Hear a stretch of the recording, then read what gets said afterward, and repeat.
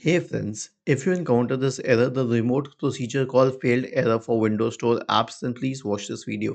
Now there are only two solutions to it, and in most probability the second solution will be the one to fix the problem.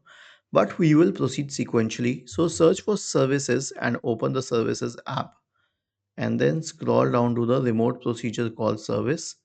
Okay, right click on it and then select start.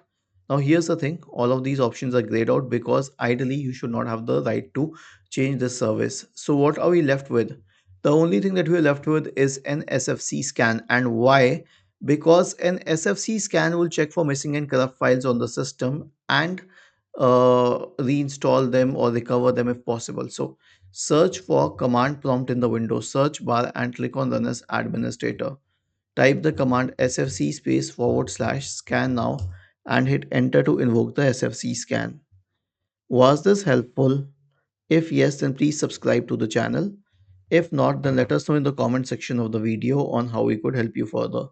Thank you for watching this video and have a nice day.